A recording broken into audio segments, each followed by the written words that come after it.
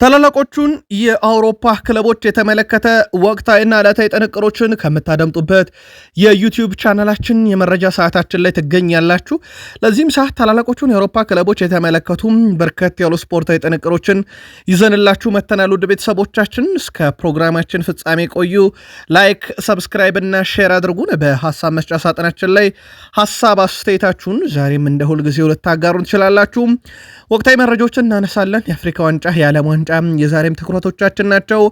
በአውሮፓ የመረጃ ሰዓታችን ታላላቆቹን ክለቦች የተመለከተ ልዩ ጥንቅሮቻችን ዛሬም ለእናንተ ውድ አድማጮቻችን በቅደም ተከተል የሚደርሱ ይሆናል። በተለይም ሪያል ማድሪድ ቤት ወቅታዊ መረጃዎችን እናነሳለን በስፋት። በስፔን ቆይታችን ከባርሴሎና ጋር የተጫወተው ክለብ ከበድ ያለ ቅጣትን መስተናገዱን ሰምተናል። ጣሊያን ላይ በትልቁ የሚጠበቁ ሁነቶች አሉ። ከተጫዋች ኮንትራት ጋር አያይዘንም በአውሮፓ ዙሪያ በርካታ መረጃዎችን ለእናንተ ውድ አድማጮቻችን በቆይታችን የምናካፍላችሁ ይሆናል። የፕሪሚየር ሊግ የመረጃ ሰዓታችን የ9 ቁጥር አጥቂውን በማንሳት እንጀምራለን። በጣም አስደናቂውን አጥቂ። ከዛ በኋላ በታላላቆቹ ክለቦች ሲቲን እናስከትላለን። የጋርዲዮላ ቁጥሮች በጣም አስገራሚ ናቸው።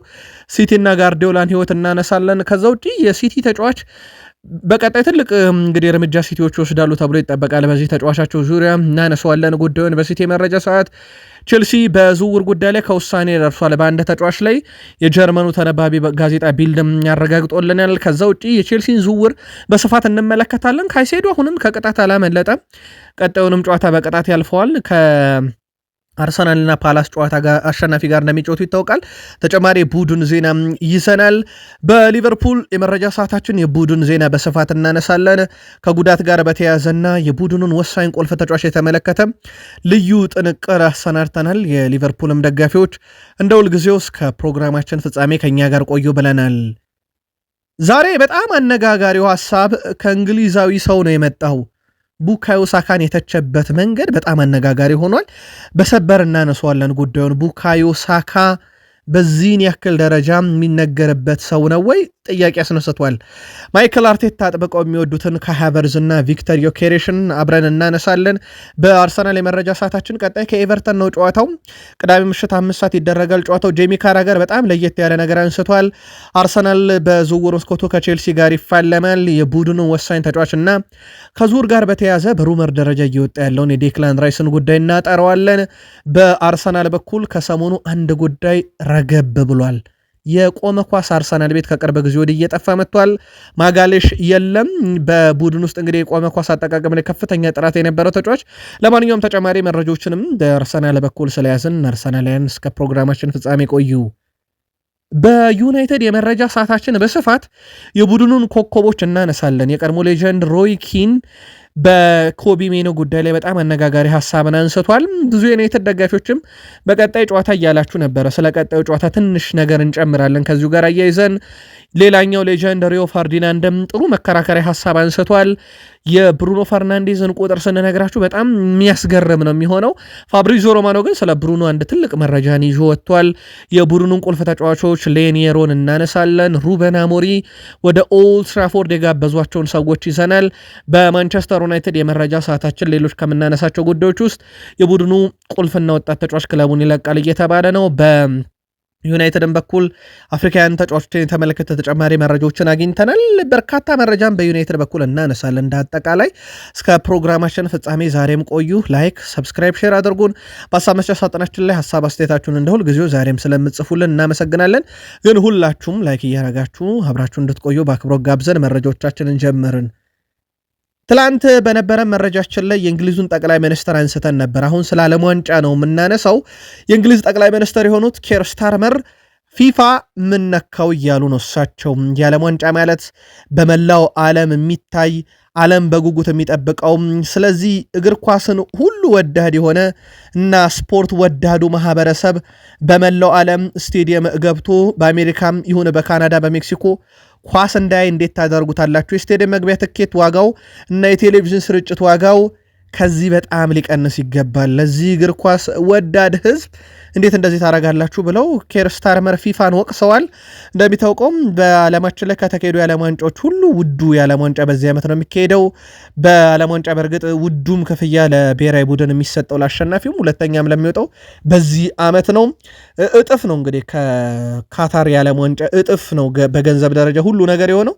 የእንግሊዙ ጠቅላይ ሚኒስተር ኬር ስታርመር ግን ለእግር ኳስ ወዳድ ማህበረሰብና ህዝብ ይህ አይገባውም፣ ከዚህ በላይ ዋጋ ሊቀንስ ይገባል ብለዋል። ከዚህ ጋር በተያዘ ውድ ቤተሰቦቻችን ስቲቭ ክላርክ የስኮትላንድ ብሔራዊ ቡድን አሰልጣኝ ናቸው። ትልቅ ሀሳብ ነው እሳቸው የሚያነሱት። ስቲቭ ክላርክ የፋይናንስ አቅም የሌለው ደጋፊ ለዓለም ዋንጫ ወደ አሜሪካ እንዳይጓዝ ብለዋል። የአሜሪካ ጉዞ ዋጋ የማይቀንስ መሆኑን ያነሱት አሰልጣኙ ህዝባቸው ዕዳ ውስጥ በዚህ ምክንያት እንዳይገባ ተናግረዋል።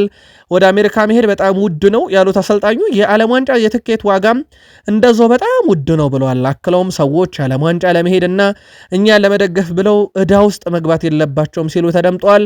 መልእክቴ ግልጽ ነው። ለመጓዝ አቅማችሁ ከፈቀደም ጥሩ፣ ካልቻላችሁ እንረዳለን። ራሳችሁና ቤተሰባችሁን ዕዳ ውስጥ ከታችሁ እንድትጨነቁብን አንፈልግም ብለዋል። እሳቸው ይህ ባይሆን እመርጣለሁ፣ ግን የዓለም ዋንጫ በጣም ተወዷል። የስኮትላንድ ህዝብ መጥቶ ለማየት የሚቸገር ከሆነ እኛ እንረዳለን፣ አትምጡብን፣ ቤተሰባችሁን ህዝባችሁን ችግር ውስጥ አትጣሉብን ብለዋል። የዓለም ዋንጫ እዚህ ደርሷል። አሜሪካ ጎን ለጎን ማዕቀቡን ትጥላለች። አወዛጋቢ ነገሮች አሁንም በዓለም ዋንጫው እንደቀጠሉ ነው። የዛሬ 3 ዓመት ልክ በዚች ቀን አርጀንቲና ፈረንሳይን አሸንፋ የዓለም ዋንጫን ከፍ ያደረገችበት ቀን ነበር። እነሆ 3 ዓመት ሞልቶታል። በወቅቱ ሊዮኔል አንድሬስ ሜሲ በታሪክ ለመጀመሪያ ጊዜ በብዙ ስኬት ውስጥ የነበረ ግን የዓለም ዋንጫ ጎደለው ተብሎ ሲታማ የነበረው ሰው የዓለም ዋንጫን ከፍ ያደረገበት ነበረ። ከሀገሩ ጋር የውድድሩ ምርጡም ተጫዋች ሊዮኔል አንድሬስ ሜሲ እንደነበረ ይታወቃል። ያቺ የዓለም ዋንጫ ብዙ የማይረሱ ትውስታዎች አሉት። በእርግጥ የመጀመሪያ ጨዋታ በሳውዲ አረቢያ አርጀንቲና ተሸንፋ ዌሪዝ ሜሲ ተብሎ የተቀለደበት በኋላም ዋንጫ የበላበት ነበረ። እንግዲህ የሳውዲ አረቢያ እግር ኳስ ብሔራዊ ቡድን በዚህኛውም የዓለም ዋንጫ የመጀመሪያ ጨዋታ ከኛ ጋር የሚጫወትና የሚሸነፍ እንደ አርጀንቲና ዘንድሮም ዋንጫ ይበላል ብለው መቀለዳቸው ይታወቃል። ወደ ክለብ እግር ኳስ እንምጣ። የ2030 የክለቦች ዓለም ዋንጫ በሳንቲያጎ ቤርናቢዮ እንዲካሄድ ተወስኗል። እጅግ ውብና ግዙፍ ስቴዲየም አድርገው ያደሱት ሪያል ማድሪዶች ስቴዲየማቸው ለትልቅ መድረክ ታይቷል 2030 ላይ። በዚህ ሳምንት ግን ጨዋታ ነበራቸው። ታላቬር ጋር አሸንፈው አልፈዋል። በሁለተኛ ዲቪዥን ላለመውረድ የሚታገለውን ቡድን ነው በነገራችን ላይ የገጠሙት። በጣም ተቸግረው ነበር፣ ግን ሪያል ማድሪድ በጭንቅ ውስጥም ሆኖ ቢሆን አሸንፎ ጨዋታውን ወደ ቀጣዩ ዙር አልፈዋል። እንደ ኤንድሪክ ያለ ተጫዋች ደግሞ በጨዋታ ላይ ቋሚ ሆኖ ጀምሯል። ዣቪ አሎንሶ ራሳቸው አሰልፈውት ለሱ ደስተኛ ነኝ ብለዋል። የመጀመሪያ ቋሚ አሰላለፍ ውስጥ የገባበት ጨዋታ ነበረም። በቀጣይ እንግዲህ ኦሎምፒክ ሊዮንን ይቀላቀላል። ይሄ 100% የተረጋገጠና ማለት አዲስ ነገር በክለቦቹ መካከል ካልተወሰነ 100% የተረጋገጠና በሪያል ማድሪድን በኩል ከስምነት የደረሱበት ዝውውር እንደሆነ ይታወቃል። ኬሊያን ምባፔን እናንሳ። በ21ኛው ክፍለ ዘመን በአንድ ዓመት ውስጥ 63 ጎል ያስቆጠረ በታሪክ 4ኛው ተጫዋች ነው። በ21ኛው ክፍለ ዘመን 3 ተጫዋቾች ነበሩ እስካሁን 63 ሲደመር ግብ ላይ ደረሱት፣ ሮናልዶ፣ ሜሲ እና ሮቤርት ሌዋንዶስኪ። አሁን ፈረንሳዊ ኬሊያን ምባፔ 63 ግብ ላይ ደርሷል። ይሄ ሪከርድ ነው። በ21ኛው ክፍለ ዘመን በአንድ የውድድር ዘመን ለሪያል ማድሪድ ብዙ ጎሎችንም በማስቆጠር ሮናልዶ 59፣ 2013 ላይ ራሱ ሮናልዶ መልሶ 58 ግብ፣ 2012 ላይ ኬሊያን ምባፔ አሁን 58 ግቦች ላይ ደርሷል። አንድ ቀሪ ጨዋታ አለው።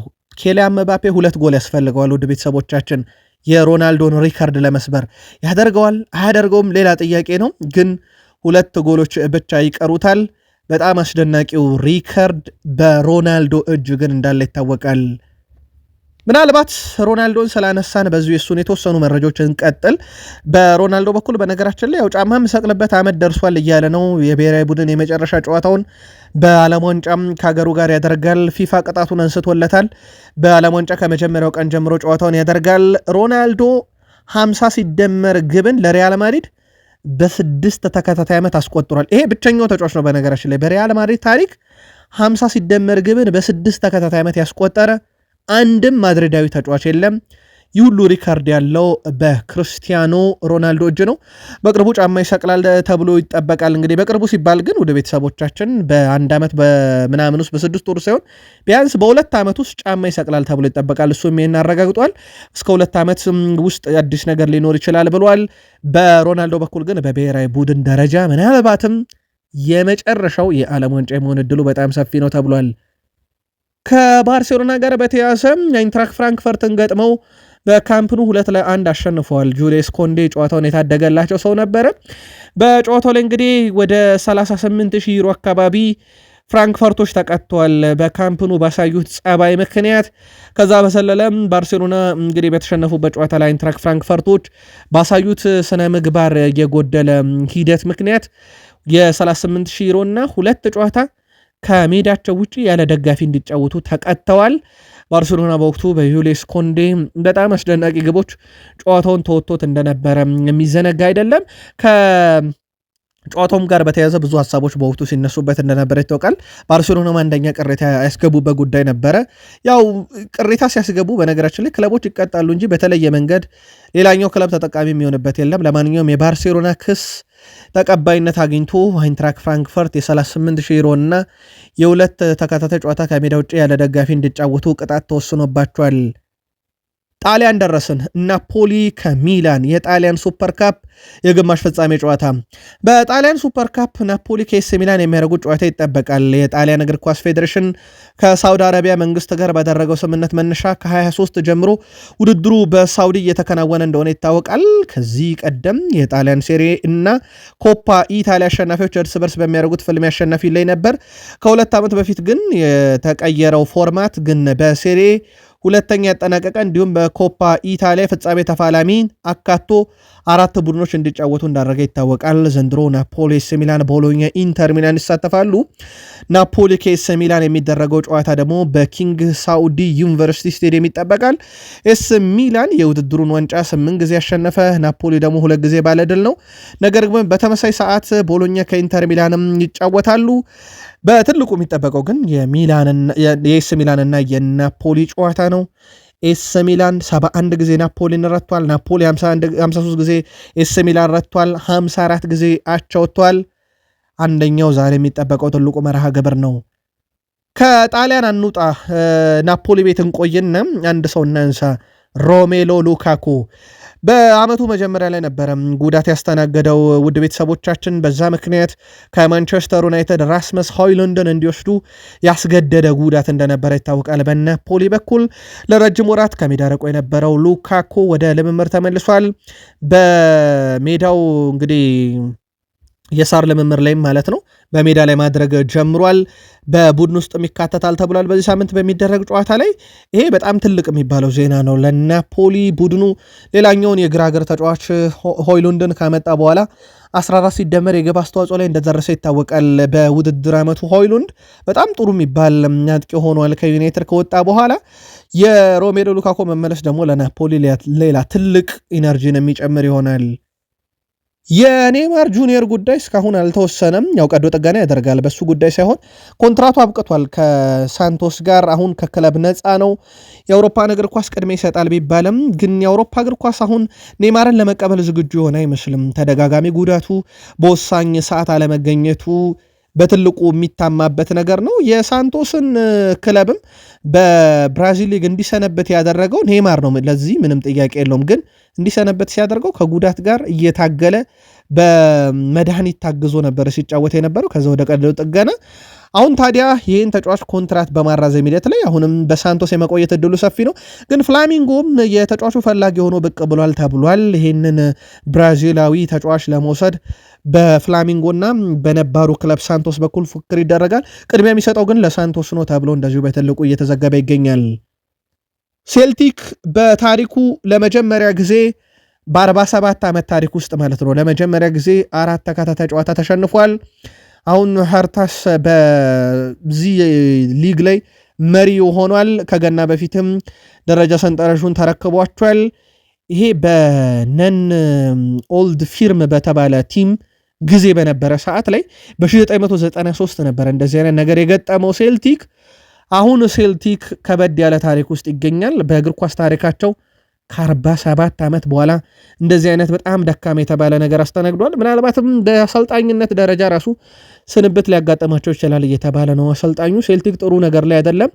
የአውሮፓ መረጃችንን በዚሁ እንቋጭና ወደ እንግሊዝ ፕሪሚየር ሊግ መረጃችን ደግሞ እንሸጋገር። የፕሪሚየር ሊግ መረጃን ስናደርሳችሁ ላይክ፣ ሰብስክራይብ፣ ሼር እያረጋችሁ በድጋሜ ከኛ ጋር መልካም ቆይታ ተመኘን።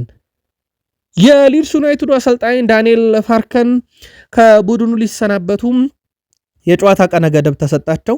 ከዛ በቼልሲም ለይድል በሊቨርፑል ላይ አቻ ከወጡ በኋላ በቡድኑ ተርፈዋል እሳቸው እንጂ ሊሰናበቱ ነበረ። በእኔ አስተያየት ይላሉ እሳቸው ዶሚኒክ ካልቨርት ሊዊን በፕሪሚየር ሊግ ውስጥ ካሉ ምርጥ የእንግሊዝ አጥቂዎች አንዱ ነው ብለዋል። ሃሪ ኬን በአሁኑ ጊዜ ከባየር ሙኒክ ጋር እየተጫወተ ነው። ነገር ግን በእንግሊዝ ውስጥ ካልቨርት ሊዊን ከምርጥ እንግሊዛውያን አጥቂዎች አንዱ ሲሆን ለቀሪ ውድድር ዘመን ለእኛ ቁልፉ ሰው ነው ብለዋል። ከኤቨርተን ጋር የነበረው ውል ካበቃ በኋላ መዳረሻውን ሲፈልግ ነበረ ዶሚኒክ ካልቨርት ሊዊን ከታላላቅ ክለቦች ጋር ስሙ ቢነሳም አዳጊው ሊድስ ዩናይትድ ግን ራሱን ለማጠናከርና ለልምድ ብሎ ያስፈረመው ሰው አሁን ቡድኑን እየታደገ ነው። ትላንት ባቀረብኩላችሁ ዘገባ 5 ግቦችን አስቆጥሯል ለሊድስ።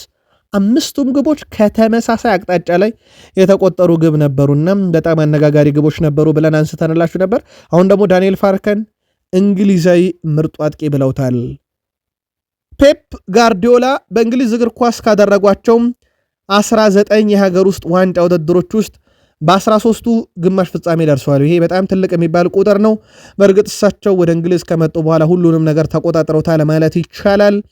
በደረሱባቸውም የፍጻሜ ጨዋታዎች ውስጥ ላብነት ያክል በካራቦ ካፕ 4 ተከታታይ ዓመቱን ወስደው ነበረ። ከ2017-18 እስከ 2021 4 ተከታታይ ዓመት የወሰዱት እነሱ ነበሩ የካራባው ካፕን። አሁን እንግዲህ ሴሚ ፋይናል ደርሰዋል። ላለፉት 4 ተከታታይ ዓመት ደግሞ እዚህ ዋንጫ ፍጻሜ አካባቢም አይደለም ከ3ኛ ዙር ራሱ ማለፍ ያልቻሉበት ጊዜ ነበረ። በኤፍኤ ካፕ ትልቁ ጉዟቸው ነው። ምንም እንኳን ዋንጫውን አይበሉት እንጂ ከ2018-19 ጀምሮ እስከ አምና 2024-25 ድረስ የፍጻሜና የሴሚፋይናል ተፋላሚ ሆነው ተፋልመዋል። ለመጨረሻ ጊዜ ዋንጫውን ያነሱት 2022-23 ላይ ነበረ። ከዛ በኋላ ግን በሁለት ተከታታይ ዓመት በዩናይትድ እንዲሁም በክሪስታል ፓላስ ዋንጫውን ተነጥቀውታል። ግን እንዳጠቃላይ 19 የሀገር ውስጥ የዋንጫ ውድድሮች ውስጥ በ13ቱ ግማሽ ፍጻሜ የደረሱበት ነው። በጣም ትልቅ የሚባል ቁጥር ነው። ክላውዲዮ ኢችቬሪ በጥር ወር ከባየርን ሌቨርኩሰን ለመልቀቅ ዝግጁ ነው ተብሏል። ምክንያቱም እንግዲህ የጨዋታ ደቂቃ እያገኘ አይደለም፣ እንደታቀደውም እየተጫወተ አይደለም። በዚህ ተጫዋቹ ብቻ አይደለም በነገራችን ለውድ ቤተሰቦቻችን ደስተኛ ያልሆኑት ሲቲዎችም ናቸው። ተጫዋቹ በሲቲ ተስፋ የተጣለበት እንግዲህ የረጅም ጊዜ ቡድን ያገለግላል የተባለ ግን የመጫወቻ ደቂቃ እንዲያገኝ ብቻ ወደ ባየርን ሌቨርኩሰን ሄደ ተጫዋች ነበረ። ግን እድል አላገኘም። ከሪቨር ፕሌት በኋላ በዢሮና ኢችቬሪ ከማንቸስተር ሲቲ በውሰት ለማስፈረም ንግግር ጀምሯል። ቡድን ውስጥ እንግዲህ ፔፕ ጋርዲዮላ ብዙ አማራጭ ስላላቸው በዚህ ዓመት ላይ ያስፈልጋቸው ይችላል። ግን የቀጣዩን ዓመት አልወሰኑምና በዚህ ሰዓት ላይ የቋሚ ዝውውር አይፈቅዱም ተብሏል። ምናልባትም ተጫዋቹ በቀጣይ አንድ የውሰት ዝውውር ሊጠብቀው ይችላል እየተባለ ነው። ከባየርን ሌቨርኩሰን ጋር ግን በጥር ሊለያይ የሚችልበት ሰፊ ዕድል እንዳለ እንደዚሁ እየተዘገበ ይገኛል። ከቼልሲ ጋር በተያያዘ ቼልሲዎች ለቦሩሲያ ዶርትመንድ መልእክት ልከዋል። ተጫዋቹን በፍጹም አንሸጠውም ብለዋል። ቼልሲ በቦሩሲያ ዶርትመንድ በቋሚነት የተፈለገውን አሮን አንስልሜኖን አንሸጥም ብለዋል። ተጫዋቹ እንደሚታወቀው በውሰት በቦሩሲያ ዶርትመንድ ቤት ይገኛል። በጣም አስደናቂ የሚባል የውድድር ዓመትን እያሳለፈ ነው። ይህን ተጫዋች በቋሚነት እንደማይሸጡላቸውና በቀጣይ የውሰት ውሉ ሲጠናቀቅ ወደ ቼልሲ ይመለሳል ተብሏል። ከዚህ ጋር በተያያዘ ግን ቼልሲዎች በተጫዋቹ ጉዳይ ላይ አንድ የሚጠብቁትም ትልቅ ጉዳይ አለ ተብሏል። ምንድን ነው የሚለውን ደግሞ በቀጣይ እናንሳው። በቡድን ውስጥ እንግዲህ ከ100 ሚሊዮን ፓውንድ በላይ ወጪ የተደረገባቸው 2 ቁልፍ አማካዮች አሉ፣ ኤንዞ ፈርናንዴዝ እና ሞይሰስ ካይሴዶ።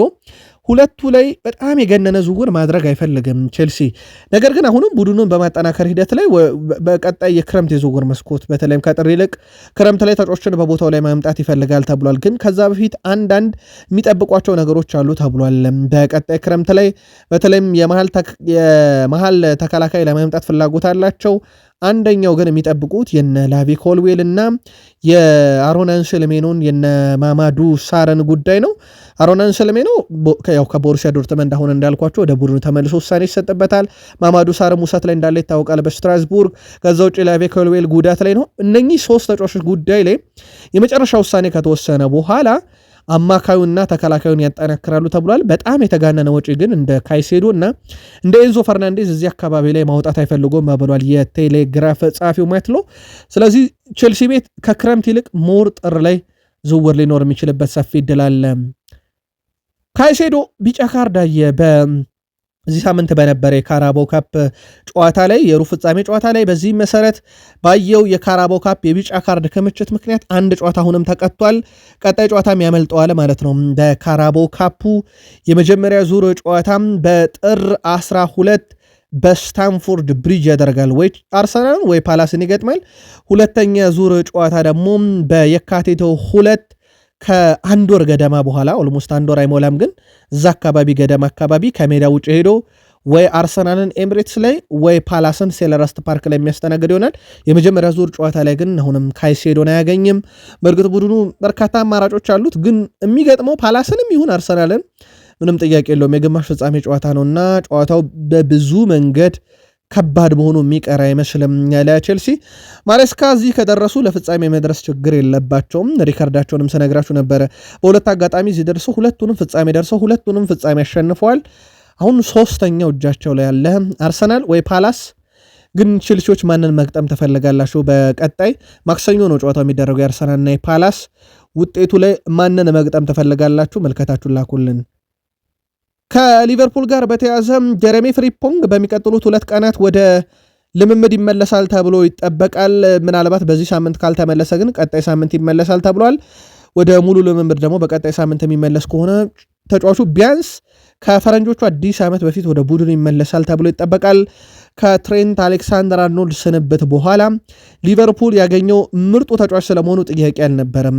ምክንያቱ ደግሞ ምንም ጥያቄ የለውም። በባየርን ሌቨርኩሰን የነበረው ጀረሚ ፍሪምፖንግ ተከላካይም አጥቂም አማካይም ሁሉ ነገር የነበረ ተጫዋች ነው። በተለይም ያ ባየርን ሌቨርኩሰን ምንም ጨዋታ ሳይሸነፍ ዋንጫ ባነሳበት ዓመት ላይ የሱ የቀኝ ተመላላሽነት የግራማልዶ ደግሞ የግራ ተመላላሽነት በባየርን ሊቨርኩሰን ይጠቀስ ነበር። ለዛ በርካቶች ያመኑበት ዝውውር ነበረ። ከሊቨርፑል ደጋፊዎችን በተጨማሪ ትክክለኛው የአርኖልድ ተተኪ ተብሎ ተይዞ ነበረ። ግን ጉዳት በብዙ የፈተነውና በወሳኝ ጨዋታ ላይ ያልተገኘ ተጫዋች ሆኗል ሊቨርፑል ከመጣ በኋላ እና ዳግም አርኖልድን የናፈቀ ቡድን ሆኖ ነበረ። አርኖልድ በእርግጥ በሪያል ማድሪድ ከሄደም በኋላ በጉዳት እየተሰቃየ ነው። ከዛ በዘለለም ከቡድን ጋር የመላመድ ችግር ገጥሞት የቡድኑ ቁልፍ ሰው መሆን ሳይችል እንደቀረ ይታወቃል። ለማንኛውም ጀረሚ ፍሪምፖንግ በሚቀጥሉት 2 ቀናት ወይም ደግሞ በሚቀጥለው ሳምንት ወደ ሙሉ ልምምድ ይመለሳል ተብሎ ይጠበቃል። ሳላ የግብፅን ብሔራዊ ቡድን ተቀላቅሏል። ልምምዶችን ማድረግ ጀምሯል ከብሔራዊ ቡድኑ ጋር። በእርግጥ አብዛኞቹም ብሔራዊ ቡድን እየተቀላቀሉ ይገኛሉ። በዚህ ሳምንት ያለሱ ጨዋታ ማድረግ አንድ ብሎ ይጀምራል። ስለዚህ የሊቨርፑል እና የሳላህን ጉዳይ ምናልባትም እያቀለለ ይሄዳል የተባለ ነው። በርካቶች ሳላ ላይ ትችት ሲያቀርቡ ነበረ። ምናልባት ያለ ሳላ ሊቨርፑል በድል ጎዳና ላይ የሚዘልቅ ከሆነ ሳላ በትክክል በአርኔ ስሎት የተወሰደበት እርምጃ ትክክል ነው የሚል ጉዳይን ሊያረጋግጥ ይችላል። ያም አይሆን ከሆነ ግን ሊቨርፑል በጣም የሚቸገር ከሆነ ሳላ ለቡድኑ ምን ያህል ወሳኝ ነው ዘንድሮ የሚለውንም ምናልባት ዳግም ያረጋግጡበት ይመስላል። ስለዚህ ዓመት እንጂ ሳላ ስለ ሊቨርፑል ተጫዋችነቱ ሪከርዶች በሙሉ በእጁ ያሉ የሊቨርፑልም ሌጀንድ ሊባል የሚችል አይነት ቁጥር ያለው ተጫዋች እንደሆነ ይታወቃል። ዛሬ በጣም አነጋጋሪው ጉዳይ ወደ ቤተሰቦቻችን የጃክ ግሪሊሽ ሳካን የተቸበት መንገድ መነጋገር ሆኗል በመላው እንግሊዛውያን ዘንድ። እንግሊዛዊ ተጫዋች ጃክ ግሪሊሽ የቡድን አጋሩ ኤልማን ንዴ ለአፍሪካ ዋንጫ መሄዱ ለቡድኑ ትልቅ ማጣት ነው ብሎታል። ንዴን ማጣት እኛን ይጎዳናል ይላል። እሱ ምርጡ ማለት ባልችልም ከዓለም ምርጥ ባለ ክህሎት ተጫዋች አንዱ ነው ያለው ግሪሊሽ አብሬ ከተጫወትኳቸው እንደሱ አይነት ክህሎትም አላየውም ይላል ጃክ ግሪሊሽ። ከዛ በኋላ ቡካዮ ሳካን ብትመለከተው በጣም ምርጥ ነው፣ ከዓለም ምርጥ የክንፍ ተሰላፊዎች አንዱ ነው። ነገር ግን ሳካ የተሟላ ክህሎት ያለው ተጫዋች አይደለም ብሏል። ጀሬሚ ዶኩ 1 ለ1 ላይ ጥሩ ነው፣ ሳቪኒዮ ጥሩ ክህሎት አለው ያለው ግሪሊሽ፣ ሳካ ግን ጥሩ ክህሎት ያለው ተጫዋች አይደለም። ምርጥ ተጫዋች ልትለው ትችላለህ፣ ግን በክህሎት ደረጃ ድሪብል አድርጎ ተጫዋችን ሸውዶ በጣም አስፈሪ ተጫዋች ሆኖ ለኔ አይታየኝም ብሏል። ይሄ የጃክ ግሪሊሽ የግል ሐሳብ ነው። እንግሊዛዊ ሰው ነው። ለአንድ ሀገር አብረው ተጫውተዋል። እሱ ከሳካም ጋር እንዲሁም ከጀሬሚ ዶኩ ጋር እንደዚሁም ከኤልማን ንዴ ጋር አብረው ተጫውተዋል። ስለዚህ ሳካ በክህሎት ከኤልማን ንዴ ከኤቨርተኑ ተጫዋች ከሲቲው ጀሬሚ ዶኩም ያነሰው ነው ብሎታል። ይሄ የጃክ ግሪሊሽ ሐሳብ ነው። አርሰናላውያን እና ሌሎች የእግር ኳስ ቤተሰቦች ምልከታችሁ በዚህ ጉዳይ ላይ ላኩልን። የመድፈኞቹ አሰልጣኝ ማይክል አርቴታ ከሃቨርዝን በትልቅ ጨዋታ የመጠቀም ሐሳብ እንዳላቸው ተረጋግጧል። እሳቸው ከጉዳት ብቻ እስኪመለስላቸው የሚጠብቁት ተጫዋቻቸው ነው ተብሏል። በጣም የሚወዱት ተጫዋች ነው። በእርግጥ ከሃቨርዝን ምናልባት የሚወዱት ያው ከሲስተም እሳቸው ከሚጠቀሙ ሲስተም አንጻር ለእኔ ሲስተም በጣም ተስማሚ ነው ብለው የሚያምኑት ተጫዋች ከሃቨርዝ እንደሆነ ይታወቃል። እናም ይሄ ተጫዋች ምናልባትም በጉዳት ላይ መሆኑ እንጂ በትልቅ ጨዋታ ላይ ጭምር የእሳቸው ቁልፍ ተጫዋች ሆኖ የመጠቀም እቅድ እንዳላቸው እየተዘገበ ይገኛል። ማይክል አርቴታም በቀጣይ እንግዲህ ከሃቨርዝ ሲመለስላቸው ትልልቅ ጨዋታ ላይ በ9 ቁጥርነት እሱን ለመጠቀም ወስኗል ተብሏል። እንደ ሲቲ፣ ሊቨርፑል፣ ዩናይትድ ቢግ ሲክስ የሚባሉና አስቸጋሪ ጨዋታ ላይ ንጹህ 9 ቁጥር አጥቂ አድርገው የመጠቀም ፍላጎት ያላቸው ከሃቨርዝ ነው ተብሏል። አሰልጣኙ አሁን ላይ ቪክተር ዮኬሬሽ አካላዊነት ስለነበረ ጫና እየበዛበት ስለሆነ በሱ ምትክ ሃቨርዝን እንግዲህ የመጠቀም ፍላጎት አላቸው ተብሏል። እንግዲህ ሃቨርዝ በዚህ ወር መጨረሻ ወደ ቡድኑ ይመለሳል ተብሎ ይጠበቃል። ምናልባት የቪክተር ዮኬሬሽን ቁጥር ግን አንድ እየተመለከትኩኝ ነበረ 9 ቁጥር አጥቂ ሆነው በፕሪሚየር ሊጉ ያሉትን ሃላንድ፣ ኤኬቴኬ፣ ዣን ፊሊፕ ማቴታ፣ ኒክ ቮልድሜደ፣ ቲያጎ እነኝን የመሳሰሉ አሁን በፕሪሚየር ሊጉ በጣም ጥሩ ፎርም ላይ ያሉ የሚባሉ አጥቂዎች ጋር ሲነጻጸር በጣም ዝቅተኛ ኳስ የሚደርሰው በጨዋታ በአማካኝ ቪክተር ዮኬሬሽ ነው። ምናልባት እንዲህ በጣም ዝቅተኛ ቁጥር የሚደርሰው አጥቂስ እንዴት ነው ከነ ሃላንድ፣ ኤኬቴኬ፣ ማቴታ፣ ቮልትሜድ ጋር ሊወዳደር የሚችለው? ይሄ ትልቁ ጉዳይ ነውና ለዚህ ተጫዋች ለቪክተር ዮኬሬሽ በራሱ በቂ ሰርቪስ እየደረሰው እንዳልሆነም ነው ኦፕታም በፊት ገጹ ላይ ጆት የወጣው። ጄሚ ካራገር ስለ አርሰናልና ኤቨርተን ጨዋታ ሐሳቡን አጋርቷል። በእርግጠኝነት አርሰናል በጣም ተሻሽሎ የማየው ጨዋታ የኤቨርተኑ ጨዋታ ይሆናል ብለዋል። ወደ ሂልዲክሰን ስቴዲየም ያቀናል አርሰናል። ቅዳሜ ምሽት 5 ሰዓት የሚጀምረው ጨዋታ ነው። አርሰናል ወደ ኤቨርተን አምርቶም ጥሩ ሳምንት እንደሚያሳልፍ እርግጠኛ ነኝ ብለዋል። ጄሚ ካራገር በሐሳቡም ጥሩ ምሽት እንደሚሆን 100% እርግጠኛ ነኝ። እንደ ወልብሱ ጨዋታ ይቸገሩበታል ብዬ አላስብም። ምክንያቱም አርሰናል ከወልብስ ጨዋታ ብዙ ትምህርት የተማረ ይመስለኛል ብለዋል። ደጋፊዎቹ ስጋት እንዳላቸው አውቃለሁ የሚለው ጄሚ ካራገር ደጋፊዎቹ በተለይም ቡድኑ የወጥነት ችግር እንዳይገጥመው ስጋት እንዳላቸው አውቃለሁ። እኔ ግን የኤቨርተኑ ጨዋታ ላይ ለአርሰናል ሁሉ ነገር ቀላል እንደሚሆንለት እርግጠኛ ነኝ ብለዋል። ከአርሰናል ቲቪ ጋር ቆይታ ነበረው። ያው ለአርሰናል እና በኤቨርተን ጨዋታ ላይ የጄሚ ካራገር ደጋፊነት ለማን ነው ቢባል ምንም ጥርጥር የለውም ለአርሰናል ነው። ምክንያቱም ኤቨርተን እና ሊቨርፑል ብሎ መዋደድ የለም። ሁለቱ ክለቦች ታሪካዊ ጸብ ያላቸው ናቸው። ለማንኛውም አርሰናል በቀላሉ የሚወጣው ደጋፊዎችን የሚያስደስትበት እንደ ቪላም እንደ ወልቭስም ጨዋታ የማይፈተንበት ይሆናል ብለዋል። በአርሰናልና በቼልሲ መካከል አሁንም ፉክክሮች እንዳሉ ነው ፋብሪዚዮ ሮማኖ ያረጋገጠው። አርሰናልም የኬነን ያልዲስ ፈላጊ ነው፣ እንዲሁም ቼልሲም የኬነን ያልዲስ ፈላጊ ነው። ይህን ተጫዋች ደግሞ ዩቬንቱስ በራሱ መልቀቅ አይፈልግም። ሁለቱ ክለቦች ግን አርሰናልና ቼልሲ በተጫዋቹ ላይ እውነተኛ የሆነና የተረጋገጠ ፍላጎት አላቸው ተብሏል። በዚህ ምክንያት ተጫዋቹን የግላቸው ለማድረግ በሚደረገው ፉክክር ላይ ሁለቱን ክለቦች ልንመለከታቸው እንችላለን ተብሏል። እስካሁን ግን ይፋዊ ጥያቄ ለዩቬንቱስም ለተጫዋቹም አላቀረቡም። ከጥር ጀምሮ ግን በትልቁ የሚጠበቅ ዝውውር ነው ብለዋል። ከዩሊያን ቲምበር ጋር በተያያዘ በርካታ መረጃዎችን ከሰሞኑ አደረሰናችሁ ነበረ። በነገራችን ላይ 9% ብቻ ነው ድሪብል የተደረገው ብያችሁ ነበረ። ሁለተኛው ሰው የሰንደርላንዱ ተጫዋች ማን ዳቫ ነው። ወደ 11% ብቻ ነው ተጫዋቾች ሸውደውት ያለፉት። ከሙከራ ውስጥ ማይክል ኬዎድ የብሬንትፎርድ ተጫዋች 13%፣ የአርሰናሉ ሪካርዶ ካላፊዮሪ ሶስተኛው ሰው ነው በተመሳሳይ 13%፣ ሪስ ጄምስ 16% ብቻ ነው ድሪብል የተደረገው። ይሄ በመከላከል የመስመር ተከላካይ ሆኖ የዩሊያን ቲምበር ቁጥር ትልቅ ነው ብያችሁ ነበር። ሌላ ግን በጣም ልናነሳው የሚገባው ነገር አርሰናል ቤት የዴክላን ራይስ ጉዳይ ነው። የዴክላን ራይስ ጉዳይ አርሰናል ሊሸጠው አልፈለገም እንጂ ሪያል ማድሪድ ውስጡን ይህን ተጫዋች ማግኘት በሚቻልበት ጉዳይ ላይ አሁንም እየሰሩ ነው ተብሏል። ምናልባት አንድሪያ ቤርታ ይህንን የመከላከል ትልቅ ግዴታ ይጠብቃቸዋል። ማይክል አርቴታ ደግሞ ከሲቲ አፍ የነጠቁትን ተጫዋች አሁን አጽድቶ የማቆየት ግዴታ ይጠበቅባቸዋል። ምናልባት የዴክላን ራይስ አቋም በሪያል ማድሪድ ፍላጎት ዙሪያ ላይ ምንድነው የሚለው እስከዚህ ሰዓት ባይረጋገጥም አርሰናል ግን ተጫዋቹን በየትኛውም ገንዘብ የመልቀቅ ፍላጎት እንደሌለው ይታወቃል። ዩናይትድ ቤት ደረስን። ከዩናይትድ ጋር በተያዘ በርካታ መረጃዎች እየወጡ ይገኛሉ። አንደኛው ኮቢ ሜኖ ጉዳይ ነው። ፋብሪዚዮ ሮማኖ በውሰት በጥር ወደ ናፖሊ ጠብቁ ብሏል። ይሄ በፋብሪዚዮ ሮማኖ የተረጋገጠ ነው። ያው ናፖሊ እንደሚቀላቀለ ማለት ነው። በበርካታ የዜና ምንጮች ጉዳይ ሲወጣ ነበረ። ሮይ ኪን አንዳንዴ በማንቸስተር ዩናይትድ ከብዙ ነገሮች ጋር ትጋፈጣለ። የእግር ኳስ ተጫዋች ስራ ደግሞ ስህተቶችን ማሳየት ነው። ብሩኖ በቀጣይ ክረምት ዩናይትድን ይለቃል እና ዩናይትድን ሲለቅ ለቦታው ትክክለኛው ሰው እኔ ነኝ ብሎ ኮቢ ማይኖ ማሳየት አለበት ብሏል። ግን ይህንን እድል የሚያሳይበትን እድል ሩበን አሞሪም እየሰጡት አይደለም። አሰልጣኙ በብሩኖ ተጠባባቂ መሆን ላይ እንግዲህ ምላሽ ሰጥተዋል። ከሰሞኑ እሳቸው ብሩኖን ተጠባባቂ አድርጌ ኮቢ ሜኖን አላሰልፍም ብለው ነበር። ምናልባት በርካቶች ጥያቄ እያነሳችሁልን ነበር። አሁን ካዜሜሮ የለም፣ ስለዚህ ካዜሜሮ ስለሌለ ኮቢ ሜኖን ሩበን አሞሪም ይጠቀሙታል የሚል ሀሳቦች ሲነሱ ነበረ። ለእኔ ግን ያለምንም ጥርጥር በሩበን አሞሪም የጨዋታ ፍልስፍናና እንግዲህ በሳቸው ሳቤ መሰረት አሁንም ሁጋርቴን የመጠቀም እድላቸው ሰፊ ነው ብዬ ጠብቃለሁኝ። ኮቢ ሜኖ የቋሚ ተሰላፊ እድል የሚያገኝ ከሆነ ግን በዚህ ሲዝን በሊጉ ለመጀመሪያ ጊዜ ቋሚ ተሰላፊ የሚሆንበት ጨዋታ ይሆናል ተብሎ ይጠበቃል። ግን ያደርጉታል ብዙ እምነት የለኝም እኔ በግሌ። እሳቸው ሞር ከነ ድክመቱም ቢሆን ማኑኤል ሁጋርቴን ይጠቀሙታል ብዬ አስባለሁ።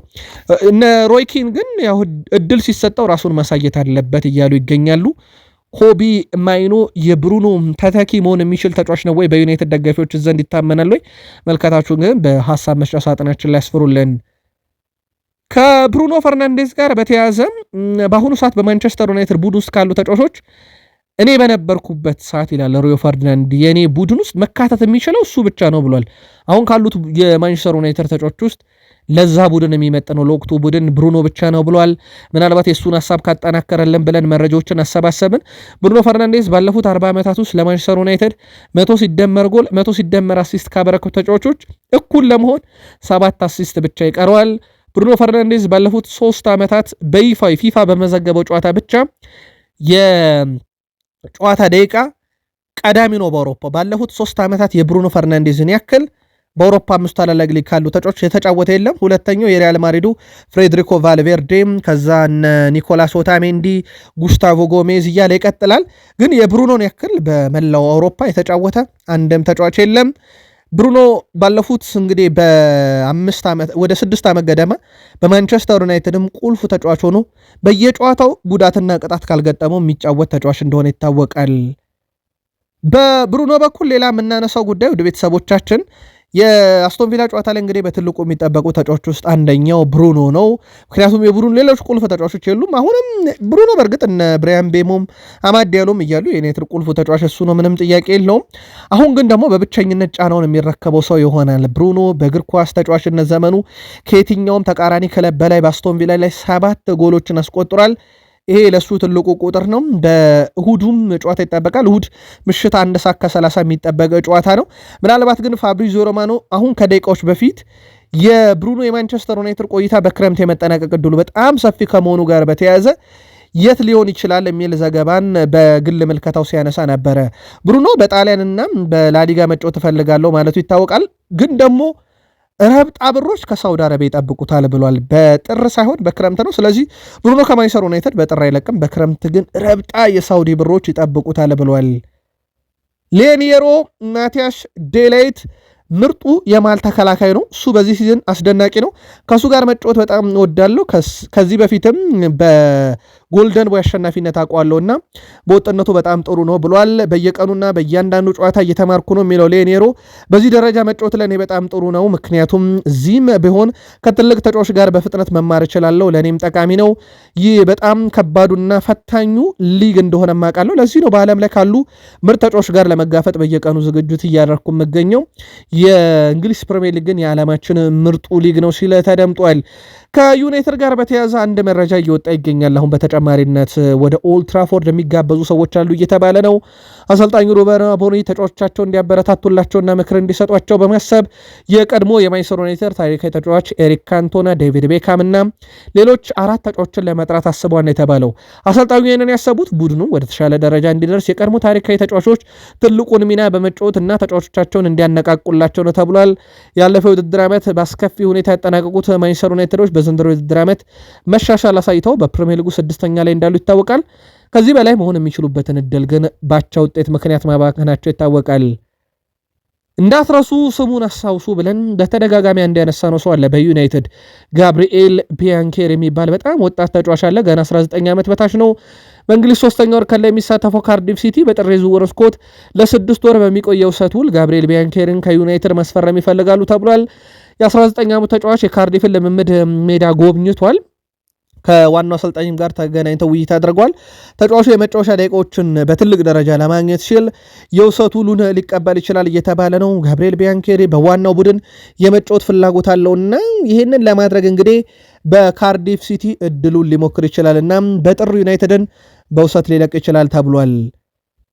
ከክለቡ የለቀቁት ብራያን ቤሞ በአፍሪካ ዋንጫ የካሜሮን ብሔራዊ ቡድንን ተቀላቅሏል። ግን አምበልነቱን አልቀበልም ብሏል። አምበል ሆኖ ተሾሞ ነበር። አልቀበልም፣ ሌሎች ነገሮች ላይ ትኩረት ማድረግ ፈልጋለሁ፣ ሜዳ ላይ ትኩረት ማድረግ ፈልጋለሁ እና ይህንን ጥያቄ አልቀበልም ብሏል። ከቡድኑ ጋር ዛሬ መደበኛ ልምምድ ሰርቷል። ከብሔራዊ ቡድኑ ጋር አማድ ዲያሎም በዚሁ በብራያን ቤሞ ምድብ ላይ ይገኛል። ከአይቮሪ ኮስት ብሔራዊ ቡድን ጋር ዛሬ መደበኛ ልምምድ አድርጓል። ከብሔራዊ ቡድኑ ጋር ተቀላቅሏል። ዩናይትድ ያለነኚህ 2 ኮከቦቹ አስቶን ቪላን ቪላ ፓርክ ላይ፣ ኒካስልን ኦልድ ትራፎርድ፣ ወልቭስን ኦልድ ትራፎርድ፣ ሊድስ ዩናይትድን በኢላንድ ሮድ ስቴዲየም፣ በርንሌይን ተርፍ ሙር ላይ ይገጥማል። ዩናይትድ እንደዚህ አይነት መርሃ ግብሮችን ያስተናግዳል። በቀጣይ ያለነሱ 2 ጨዋታ ብቻ ነው ኦልድ ትራፎርድ ላይ የሚያደርገው። 3ቱን ከሜዳ ውጭ ያውም ቪላ ፓርክ፣ ኢላንድ ሮድ ስቴዲየም እና በርንሌይ ተርፍ ሙር ላይ ሄዶ ጨዋታ ያደርጋል። እስከ ጃንዋሪ 7 ድረስ ዩናይትድ የሚጠብቁት ቀጣይ ጨዋታዎች ናቸው።